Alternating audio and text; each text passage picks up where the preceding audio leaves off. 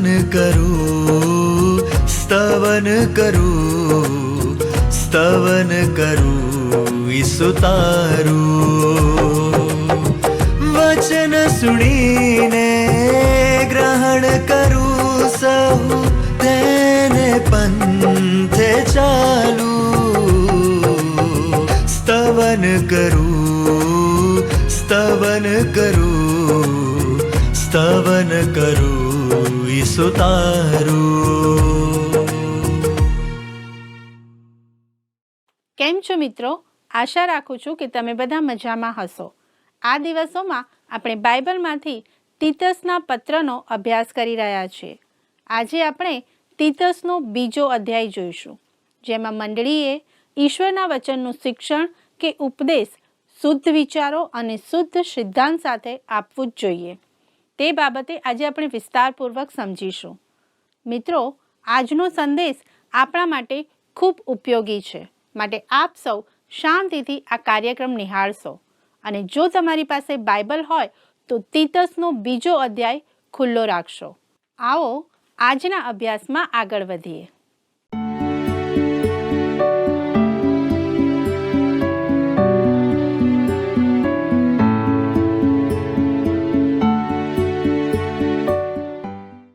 વહાલા દર્શક મિત્રો, આજના સ્તવન કાર્યક્રમમાં આપનો આવકાર કરું છું. મિત્રો, આ કાર્યક્રમમાં આપણે સાથે મળીને ઈશ્વરના પવિત્ર વચનોનો અભ્યાસ કરી રહ્યા છીએ. આજના કાર્યક્રમનો મુખ્ય વિષય છે મંડળીએ ઈશ્વરના વચનનું શિક્ષણ અને ઉપદેશ આપવો જોઈએ અને શુદ્ધ સિદ્ધાંત શીખવવા જોઈએ. પ્રિય મિત્રો, મંડળીએ યોગ્ય અને શુદ્ધ સિદ્ધાંતો શીખવવા જોઈએ, નહીં તો તે મંડળી જ નથી. એક લેખકે એક નાની પુસ્તિકા લખી છે જેનું શીર્ષક છે the spiritual fingerprints of the visible church, જેમાં 50મા દિવસની વાત છે.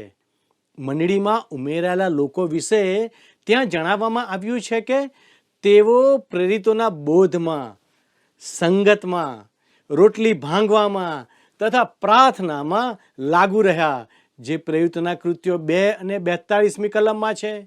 મિત્રો, આ આરંભની મંડળીની નિશાનીઓ હતી. દેવળનો બુરજ કેટલો ઊંચો છે કે તેનો ઘંટ કેટલો સુંદર વાગે છે એ મહત્વનું નથી. મિત્રો, સંત પાઉલ દેવના વચનમાં કહે છે તે અનુસાર મંડળીમાં બોધાસન પરથી જે સંદેશ અપાય છે તે જ તમને જણાવશે કે તે મંડળી ખરેખર કેવી છે. ભલા દર્શકો, પ્રથમ અધ્યાયમાં આપણે જોયું કે તીતસે જે વડીલો અથવા અધ્યક્ષોને નીમવાના હતા તેઓમાં તે 2 બાબતોને જોવા માંગતો હતો. એક, સત્યના પક્ષમાં ન ઊભા રહેનારને ઠપકો આપવો. બીજું, ખોટા મતોનો નકાર કરવો. ભલાઓ, પરંતુ સેવાનું સંપૂર્ણ લક્ષ્ય નકારાત્મક બાબતો પર ન હોવું જોઈએ. કેટલાક લોકો એવું સમજે છે કે તેઓ સેવા કરી રહ્યા છે, પણ તેઓ કોઈક રીતે સેવામાં અવરોધરૂપ પણ બની રહ્યા છે. આવી સેવા નકારાત્મક સેવા બને છે. મિત્રો, હું માનું છું કે આપણી સેવા સંતુલિત હોવી જોઈએ. એક આગેવાને પવિત્ર આત્માના ભરપૂરીપણામાં ઈશ્વરના પવિત્ર વચનો કહેવા જોઈએ. સંત પાઉલ બીજા અધ્યાયમાં ઈશ્વરના વચનના શિક્ષણ પર ભાર મૂકે છે. મિત્રો, હવે આપણે તીતસ 2 અને 1 જોઈએ. પણ શુભ ઉપદેશને જે શોભે છે તે વાતો તારે કહેવી. શુદ્ધ શિક્ષણ એટલે પ્રેરિતોનું શિક્ષણ. શરૂઆતની મંડળી માટે સૌથી મહત્વની બાબત તો પ્રેરિતોનું શિક્ષણ હતું. આપણે આ પત્રમાં જે વાંચીએ છીએ તે પણ એનો એક ભાગ છે. મિત્રો, સૌ પ્રથમ સંત પાઉલનો સંદેશ વૃદ્ધો માટે છે, વૃદ્ધ પુરુષો અને વૃદ્ધ સ્ત્રીઓ માટે. તીતસનો પત્ર 2 અને 2માં તે શું કહે છે તે વાંચીએ. વૃદ્ધોને કહેવું કે તમારે સંયમી, ગંભીર, ઠરેલ અને વિશ્વાસમાં, પ્રેમમાં તથા ધીરજમાં દ્રઢ થવું જોઈએ. વાલા દર્શક મિત્રો, તેઓ પ્રેમ અને ધીરજમાં દ્રઢ હોવા જોઈએ. તેઓ સ્વસ્થ, જાગૃત, ગંભીર, માનયોગ્ય અને સંયમી પુરુષ હોવા જોઈએ. તીતસનો પત્ર 2 અને 3 જણાવે છે, વળી વૃદ્ધ સ્ત્રીઓને કહેવું કે તમારે ધર્માનુસાર આચરણ કરનારી, કુથલી કરનારી નહીં, ઘણો દ્રાક્ષારસ પીનારી નહીં, પણ સારી શિખામણ આપનારી થવું જોઈએ. ધર્માનુસાર આચરણ કરનારી. મિત્રો, એનો અર્થ કે વૃદ્ધ સ્ત્રીઓએ પોતાનું વર્તન આદરયુક્ત બનાવવું જોઈએ.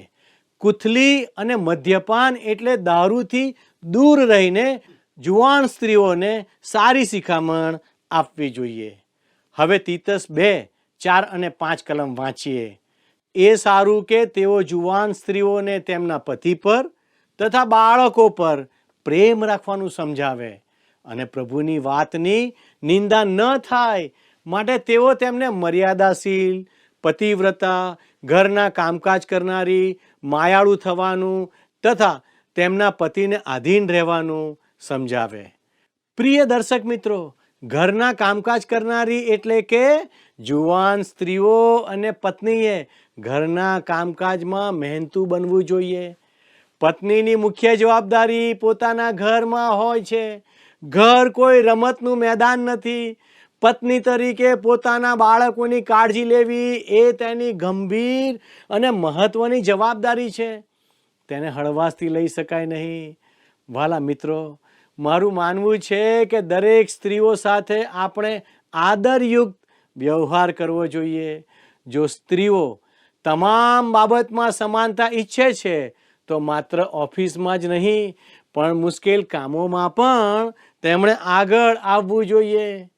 પ્રિય મિત્રો, માયાળુનો અર્થ છે દયાળુ. એક માણસ એક દિવસ મારી પાસે આવીને કહેવા લાગ્યો કે તમે મારી પત્નીને કહો કે તે મારી આજ્ઞા માને. મેં તેને પૂછ્યું, છેલ્લે ક્યારે તમે તમારી પત્ની સાથે પ્રેમથી વાત કરી હતી? તે માણસે મને કહ્યું, મને યાદ નથી, પણ એનો આ વાત સાથે શું સંબંધ? મેં કહ્યું, તેનો તો આ વાત સાથે ચોક્કસ સંબંધ છે.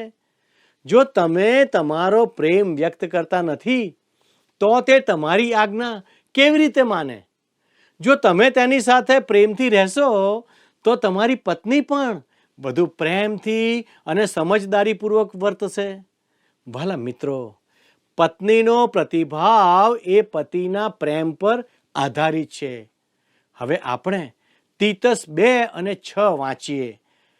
તે પ્રમાણે જુવાન પુરુષોને ઠરેલ થવાને બોધ કર. હવે પ્રેરિત પાઉલ તેનું ધ્યાન યુવાનો તરફ વાળે છે અને શક્ય છે કે તીતસ જ તેમને શિક્ષણ આપવાનો છે. તીતસ 2, 7 અને 8 કલમમાં લખ્યું છે, સારી કરણીઓ કરીને તું પોતે સર્વ વાતે નમૂનારૂપ થા. તારા ઉપદેશમાં પવિત્રતા, ગંભીરતા અને જેમાં કંઈ પણ દોષ કાઢી ન શકાય એવી ખરી વાતનો ઉપદેશ કર, જેથી જેઓ વિરુદ્ધ પક્ષ ના હોય તેઓને આપણા વિશે કંઈ ભૂંડું બોલવાનું નિમિત્ત ન મળવાથી તેઓ શરમાઈ જાય. વાલાઓ, સંત પાઉલે આ યુવાન ઉપદેશક તીતસને કહ્યું, તમે બીજા યુવાન પુરુષો માટે આદર્શરૂપ બનો. શિક્ષણમાં શુદ્ધતા દર્શાવો. શુદ્ધતા એટલે કે તેણે આપેલા ઉપદેશમાં અને ઈશ્વરના વચનમાં તેણે સંપૂર્ણ વિશ્વાસ દર્શાવવો અને જે વિષય પર પોતે બોલે છે તેની ગંભીરતા સમજવી અને ઈશ્વરના વચનમાં દ્રઢ રહેવું. મિત્રો, બીજા શબ્દોમાં કહીએ તો તમારી વાતચીતથી અને તમારા વ્યવહારથી આ વાત સ્પષ્ટ થવી જોઈએ કે તમે ઈશ્વરના સંતાન છો. મિત્રો, હવે આપણે તીતસ 2, 9 અને 10 કલમ જોઈએ. દાસોને પોતાના ધણીઓને આધીન રહેવાને, સર્વ પ્રકારે તેમને રાજી રાખવાને, સામું ન બોલવાને, ઉચાપત ન કરવાને, પણ સર્વ બાબતમાં વિશ્વાસપાત્ર થવાને બોધ કર. જેથી તેઓ સર્વ વાતે આપણા તારનાર દેવના સુબોધને દીપાવે. દાસોને ઉપદેશ આપો. મિત્રો, હવે પાઉલનું ધ્યાન બીજા જૂથ તરફ જાય છે. શરૂઆતની મંડળીમાં ઘણા દાસો હતા. એ સમયમાં આ વર્ગના લોકો માટે સુવાર્તા એક મહાન પાયાની જરૂરિયાત હતી. પોતાના ધણીઓને આધીન રહેવાને, સર્વ પ્રકારે તેમને રાજી રાખવાને. અહીં ફરીથી આજ્ઞા પાલનની વાત કરવામાં આવી છે. તેની પાછળનો ભાવ એ છે કે દાસોએ પોતાના માલિકોને પ્રતિસાદ આપવો જોઈએ. તેમણે તેના પર અને પોતાના કામ પર ધ્યાન આપવું જોઈએ. જે કોઈ ઈસુ ખ્રિસ્તની સેવામાં સામેલ છે તેણે સાચા હૃદયથી સેવા કરવી જોઈએ. ઈશ્વરની સેવા સાચા હૃદયની સાથે સાથે બુદ્ધિ અને ડહાપણથી કરવી જોઈએ. સામે જવાબ ન આપવો એટલે કે તમારા માલિક અથવા અધિકારીને સામે જવાબ ન આપવો. ઉચાપત ન કરવી એટલે ચોરી ન કરવી. કેટલાક વેપારીઓ દર વર્ષે કરોડો રૂપિયા ગુમાવે છે કારણ કે તેમના પોતાના કર્મચારી ચોરી કરે છે. ઉચાપત ન કરવીનો અર્થ કે તમારે ચોરી ન કરવી જોઈએ, પરંતુ સારી નિષ્ઠા બતાવવી એટલે કે વિશ્વાસપૂર્વક વર્તવું, જેથી તેઓ સર્વ વાતે આપણા તારનાર દેવના સુબોધને દીપાવે. અહીં દીપાવે માટેનો ગ્રીક શબ્દ એ જ છે જેમાંથી કોસ્મેટિક્સ શબ્દ આવેલો છે. સંત પાઉલ અહીં એ જ વાત કરે છે. દેવના સુબોધને દીપાવે એટલે કે જો તમે વિશ્વાસમાં મજબૂત છો તો તે બાહ્ય રીતે દેખાવું જોઈએ. અને હા મિત્રો, તમારા વર્તન અને વાતચીતમાં ખ્રિસ્તનો પ્રેમ પ્રગટ થવો જોઈએ. એ જ સાચો આત્મિક શણગાર છે. મંડળીએ ઈશ્વરની કૃપા વિશે સંદેશ આપવા જોઈએ. હવે સંત પાઉલ આ સૂચનાને વચ્ચે અટકાવે છે અને આ લોકોના જીવન માટે એક દ્રઢ સૈદ્ધાંતિક પાયાની વાત કરે છે. તે શુભ સંદેશ જાહેર કરે છે અને તેને 3 સમયોમાં રજૂ કરે છે: ભૂતકાળ, વર્તમાનકાળ અને ભવિષ્યકાળ. દુનિયાની સૌથી અદ્ભુત વાત એ છે કે ઈશ્વરની કૃપા ત્રણેય કાળમાં કાર્યરત છે. હા મિત્રો, આપણા ઈશ્વર ત્રણેય કાળના ઈશ્વર છે, જે આપણે આગળના 3 વચનોમાં જોઈ શકીએ છીએ. કેમ કે દેવની જે કૃપા સગડા માણસોનું તારણ કરે છે તે પ્રગટ થઈ છે. કલમ 11માં તે નોંધવામાં આવ્યું છે. આ ભૂતકાળનો સમય છે. તેથી આપણને એવું શિક્ષણ મળે છે. કલમ 12માં આ વર્તમાન કાળ છે અને ધન્ય આશા પ્રાપ્તિની ઘડી કલમ 13 આ ભવિષ્યકાળ છે. ભલા મિત્રો, આ છે ઈશ્વરની કૃપાના 3 સમય. હવે ચાલો તેને થોડી વધુ ઊંડાણથી સમજીએ. તીતસ 2 અને 11 કલમ જોઈએ. કેમ કે દેવની જે કૃપા સગડા માણસોનું તારણ કરે છે તે પ્રગટ થઈ છે. સંત પાઉલ ક્રીતના લોકોને કહે છે, હું ઈશ્વરની કૃપાના સિદ્ધાંતોને તમારો આધાર બનાવું છું, કારણ કે તમારે મજબૂત પાયાની જરૂર છે. ઈશ્વરની કૃપા એ એવો માર્ગ છે જેના દ્વારા ઈશ્વર આપણને બચાવે છે. ઘણા વર્ષો પહેલા એક મહાન ઉપદેશક ડૉક્ટર ડોડે કહ્યું હતું કે મારી પુલપિટ શુભ સંદેશ આપવા માટે છે અને મારું ઘર સારી સલાહ આપવા માટે છે. શુભ સંદેશ માત્ર સારી સલાહ નથી, એ સારા સમાચાર છે અને તે ઈશ્વરના ઉદ્ધારક તરીકેના પરાક્રમને પ્રગટ કરે છે. સંત પાઉલ તીતસને પ્રોત્સાહિત કરે છે કે ક્રીતના લોકોએ સુવાર્તાને શોભે એવું જીવન જીવવાનું છે, કારણ કે સુવાર્તા ઈશ્વરનું પરાક્રમ છે. કોઈ પણ વિશ્વાસી હારેલું કે નિષ્ફળ જીવન જીવી શકે નહીં, કારણ કે ઈશ્વરની કૃપા એ આપણા માટે ખૂબ મોટી છે. માટે જ પવિત્ર શાસ્ત્ર જણાવે છે, કારણ કે દેવની જે કૃપા સગળા માણસોનું તારણ પ્રગટ કરે છે તે પ્રગટ થઈ છે. પ્રગટ થઈ છે એટલે કે તે પ્રકાશિત થઈ છે. આ એપિફની એટલે પ્રગટ થવું કહી શકાય. પ્રભુ ઈસુએ લગભગ 25 સદી પહેલા આપણા માટે જે કર્યું એ જ સુવાર્તા છે. તેમણે આપણા માટે મરણ ભોગવ્યું અને સજીવન થયા. ઈશ્વર આપણને માત્ર પ્રેમ કે કરુણાથી બચાવતા નથી. એફેસીઓનો પત્ર 2 અધ્યાય 8મી કલમમાં લખ્યું છે, કેમ કે તમે કૃપાથી વિશ્વાસ દ્વારા તારણ પામેલા છો, અને એ તમારાથી નથી, એ તો દેવનું દાન છે. કૃપા એ ઈશ્વરની દયા છે, જેના કારણે ઈશ્વરે મનુષ્ય જાત માટે એક ઉદ્ધારકર્તાને મોકલ્યો, જે માત્ર કૃપાથી એક માણસ પણ ઉદ્ધાર પામી શક્યો હોત તો આખી મનુષ્ય જાત ઉદ્ધાર પામી. આ સ્થિતિમાં ઈસુ ખ્રિસ્તના મૃત્યુની અને વધસ્તંભની જરૂર ના પડી હોત. ઈશ્વરે માણસોને પ્રેમ કર્યો, પણ આપણો ઉદ્ધાર માત્ર તેમના પ્રેમથી થયો નથી. પ્રેમ તો ઈશ્વરની પ્રેરણા છે. તેઓ માત્ર પ્રેમ જ નથી, પણ તેઓ ન્યાયી અને પવિત્ર છે. તેથી તેમના પવિત્ર માપદંડો, ન્યાયી હક અને યોગ્ય માંગણીઓ પૂરી થવી આવશ્યક હતી. ઈશ્વરના પ્રેમમાં ઉદ્ધાર કરવાની ઈચ્છા છે, પણ ન્યાયના નિયમને કારણે પ્રેમ તેની પોતાની જાતે આપણો ઉદ્ધાર કરવાને અસમર્થ બની જાય છે. તેથી જ્યારે ઈસુ ખ્રિસ્તે આપણા પાપો માટે મરણ ભોગવ્યું, ત્યારે તેમણે ઈશ્વરના ન્યાયના પવિત્ર માપદંડો પૂરા કર્યા, અને હવે તેઓ કૃપા દ્વારા આપણો ઉદ્ધાર કરી શકે છે. મિત્રો, ઈશ્વરની કૃપા દ્વારા ઉદ્ધાર પામવો તે કેટલી અદ્ભુત વાત છે. જ્યારે આપણે પાપી હતા ત્યારે ખ્રિસ્તે આપણો દંડ ભરી દીધો.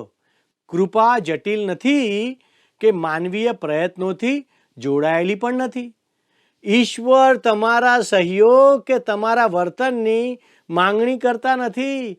ફક્ત તમે તેમના પર વિશ્વાસ કરો, ખ્રિસ્તમાં ભરોસો રાખો અને તેમને સ્વીકારો. એ જ તેઓ માગે છે. ઈશ્વરનો માર્ગ જ શ્રેષ્ઠ છે અને ચોક્કસ માર્ગ છે. તીતસ 2:12 જણાવે છે, તેથી આપણને એવું શિક્ષણ મળે છે કે અધર્મ તથા વિષય વાસનાનો ત્યાગ કરીને હાલના જમાનામાં ઠાવકાઈથી, પ્રમાણિકપણે તથા ભક્તિભાવ રાખીને વર્તવું જોઈએ. પ્રિય મિત્રો, ઈશ્વર આ દુનિયાને સુધારવાનું કાર્ય કરે છે. એટલું જ નહીં, પણ તે ખ્રિસ્તને સ્વીકારનારા લોકોને છોડાવવાનું કાર્ય પણ કરે છે. ખ્રિસ્તને નકારનારા લોકોના સારા જીવન માટે સુવાર્તા વિનંતી કરતી નથી. જો તમે ઈસુ ખ્રિસ્તનો નકાર કરો છો, આ જીવન જ તમારા માટે સર્વસ્વ છે. આજકાલ સરકાર લોકોમાં ધૂમ્રપાન છોડાવવા માંગે છે, તેનાથી થતા નુકસાન વિશે સમજાવે છે, પણ ઈશ્વર તો તમને સુધારવા માંગે છે.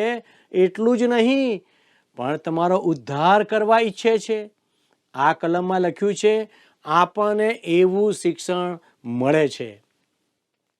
અહીં શિક્ષણનો અર્થ છે બાળકને શિસ્તપૂર્વક તાલીમ આપવી. ઈશ્વર એવું ઈચ્છે છે કે મારા લોકો હવે ઈશ્વર માટે જીવે અને સાંસારિક ઈચ્છાઓથી દૂર રહે. ચાલો તીતસ 2:13 વાંચીએ. અને ધન્ય આશા પ્રાપ્તિની ઘડીની અને મહાન દેવ તથા આપણા તારનાર ઈસુ ખ્રિસ્તના મહિમાના પ્રગટ થવાની વાટ જોવી. ધન્ય આશા પ્રાપ્તિની ઘડી. આ ઘડી ઈશ્વરની યોજનામાં આવનારો સમય છે. ખ્રિસ્ત પોતાની મંડળીને આ દુનિયામાંથી લઈ જવા આવવાના છે. મહાન દેવ તથા આપણા તારનાર ઈસુ ખ્રિસ્તના મહિમાના પ્રગટ થવાની સંત પાઉલ ખ્રિસ્તની દિવ્યતા વિશે શીખવે છે. તે આપણો ઉદ્ધાર કરનાર મહાન ઈશ્વર વિશે બોલે છે. અને એ કોણ છે? એ તો છે ઈસુ ખ્રિસ્ત. એમણે શું કાર્ય કર્યું? આવો તીતસ 2:14 કલમ જોઈએ. તેણે આપણે સારું પોતાનું સ્વાર્પણ કર્યું કે જેથી સર્વ અન્યાયથી તે આપણો ઉદ્ધાર કરે અને આપણને પવિત્ર કરીને પોતાને સારું ખાસ પ્રજા તથા સર્વ સારા કામ કરવાને આતુર એવા લોક તૈયાર કરે. મિત્રો, ઈસુએ આપણા માટે પોતાનું અર્પણ કર્યું જેથી તે આપણને છોડાવી શકે. ઈસુએ આપણા માટે મૂલ્ય ચૂકવ્યું જેથી તે આપણને સર્વ અન્યાયથી મુક્ત કરી શકે અને આપણને પવિત્ર કરીને પોતાને સારું ખાસ પ્રજા તથા સર્વ સારા કામ કરવાને આતુર એવા લોક તૈયાર કરે. અહીં ખાસ પ્રજાનો અર્થ છે તેમની પોતાની સંપત્તિરૂપ લોકો. ઈશ્વર ચોક્કસપણે ઈચ્છે છે કે તમે ઉદ્ધાર પામીને તેમના માટે જીવો અને સારા કાર્યો કરો. હવે આપણે આ અધ્યાયની છેલ્લી કલમ જોઈએ, તીતસ 2:15. આ વાતો તું કહે, બોધ કર અને પૂરા અધિકારથી ઠપકો દે, કોઈ તારો અનાદર ન કરે. અહીં સંત પાઉલ તીતસને કહે છે, તું એક જુવાન છે, તારી જીવનશૈલીના કારણે કોઈ તારો અનાદર ન કરે. તીતસે આ બધું અધિકારથી શીખવવું જોઈએ. મિત્રો, આ પત્ર ખૂબ જ આશીર્વાદરૂપ છે. દરેક જુવાન ઉપદેશકે તીતસના પત્રનો કાળજીપૂર્વક અભ્યાસ કરવો જોઈએ. વહાલા દર્શકો, હવે પછી આપણે 3જા અધ્યાયના અભ્યાસમાં આગળ વધીશું. તેથી આપ અમારા આ પ્રસારણને જરૂરથી નિહાળશો. પ્રભુ આપ સર્વને આશીષ આપો. વહાલા દર્શક મિત્રો, આવો પ્રાર્થના સાથે આ કાર્યક્રમની સમાપ્તિ કરીએ. પ્રાર્થના કરીએ. વહાલા પ્રભુજી, અમે તમારો આભાર માનીએ છીએ.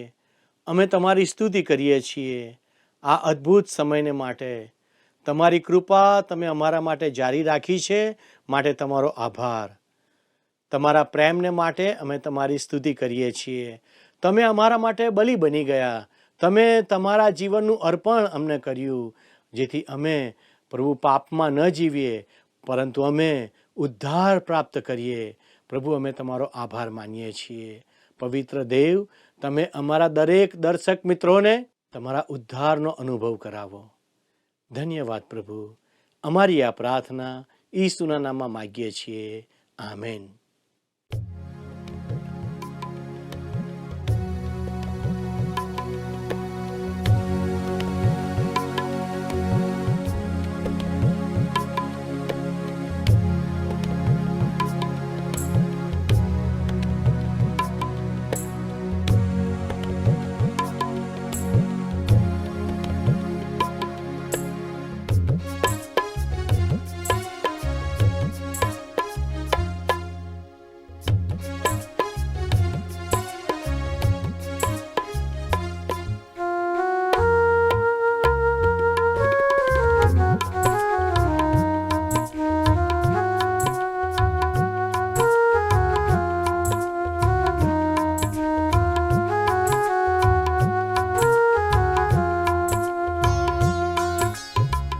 ઝરણામાં જેમ આખો સાગર સમાય નહીં, પ્રભુ તારો પ્રેમ મારા હૈયામાં માય નહીં. પ્રભુ તારો પ્રેમ મારા હૈયામાં માય નહીં. ઝરણામાં જેમ આખો સાગર સમાય નહીં, પ્રભુ તારો પ્રેમ મારા હૈયામાં માય નહીં.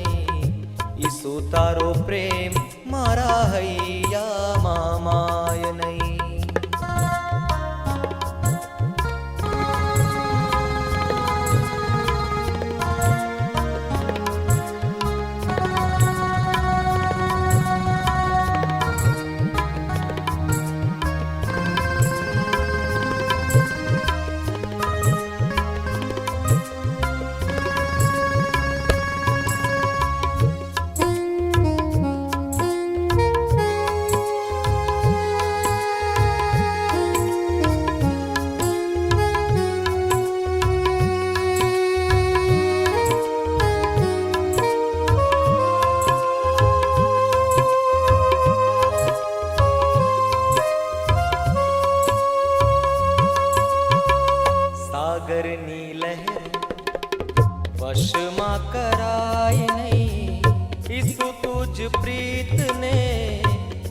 પાપમાં મપાય નહીં જીવન અમારું તુજ પ્રેમ સાટે અર્પું તો એ તો પૂરતું કહેવાય નહીં નભના સિતારા જેમ નજરોમાં માય નહીં પ્રભુ તારો પ્રેમ મારા હૈયામાં માય નહીં ઈસુ તારો પ્રેમ મારા હૈયામાં માય નહીં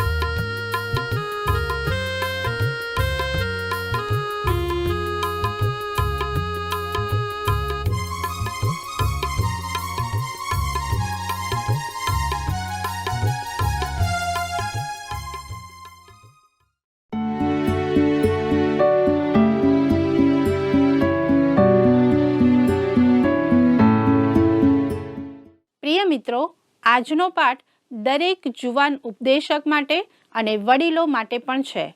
તેઓ પ્રેમ અને ધીરજમાં દ્રઢ હોવા જોઈએ. વડીલ સ્ત્રીઓએ પોતાના વર્તનમાં આદરણીય બનવું જોઈએ.